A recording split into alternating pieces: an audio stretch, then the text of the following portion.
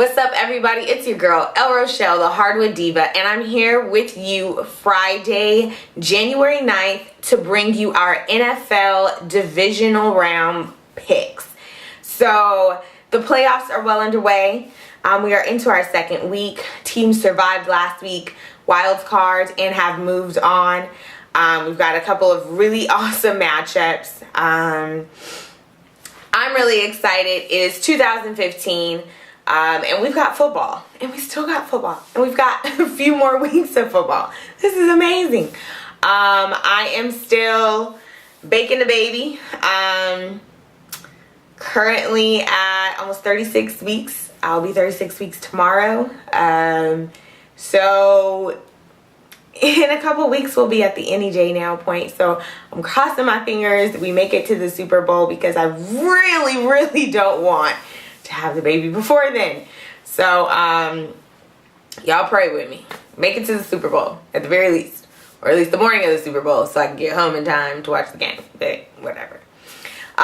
So first up in our 2014-2015 NFL Division Round picks, we've got Saturday at 1:35 p.m. on NBC. We've got the Baltimore Ravens versus the New England Patriots.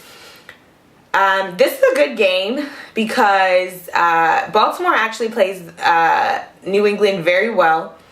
Baltimore is definitely a team that I can see, if anyone is able to beat New England, it is going to be Baltimore. Even though they are at home, I just see how Baltimore seems to come together, makes the right plays at the right time. Their defense is swarming at this point. Offense is doing very well. Joe Flacco may not be the best in the regular season, but for the last few years in the postseason, he's actually stepped his game up, and he does very well in playoff games. Maybe a surprise, but I'm going to go with Baltimore for this pick. I'm actually picking the Ravens over New England. But let's be real, New England hasn't won a championship in over 10 years now, so it shouldn't be that much of a surprise. 5:15 p.m. on Fox, we've got Carolina Panthers versus the Seattle Seahawks. Seattle.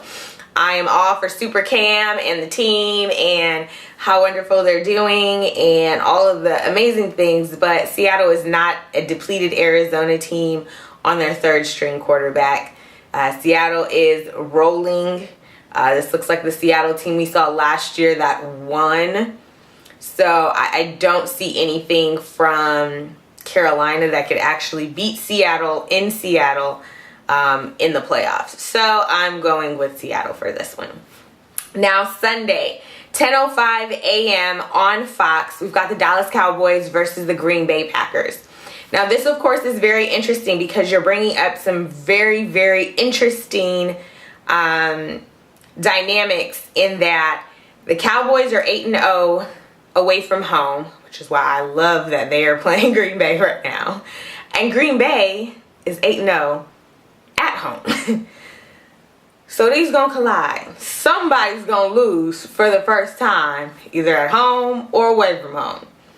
Not sure yet. And it's freezing in Green Bay.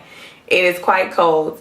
The one good thing is that from what I hear, Dallas has actually been practicing outdoors. Green Bay's been practicing indoors. I guess they're like, hey, we're used to it, so whatever.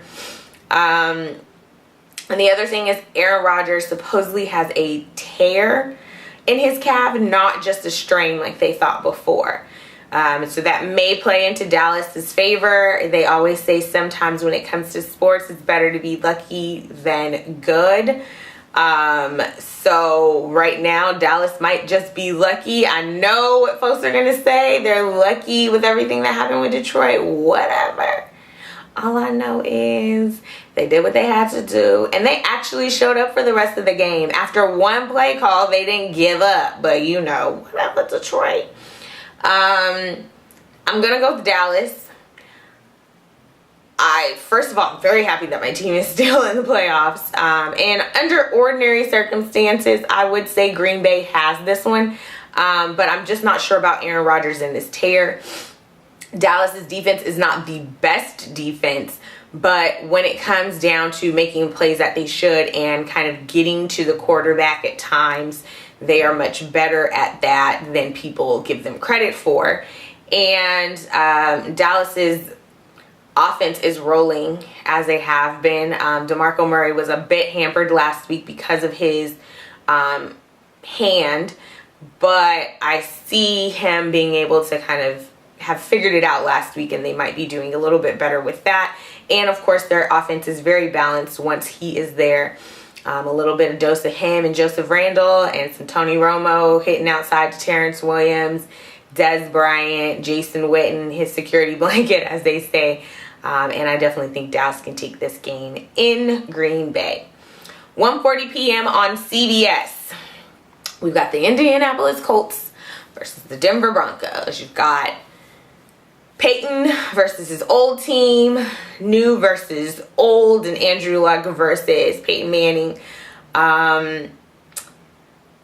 Denver does a very good job, their defense, of making teams one-dimensional.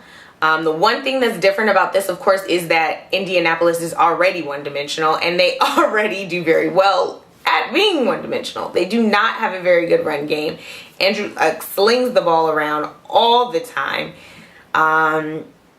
So this should be very interesting to see. Peyton Manning is kind of in that point in his career where he's understanding how to dial it back when it comes to slinging the ball, and he's allowing his run offense to do a lot more.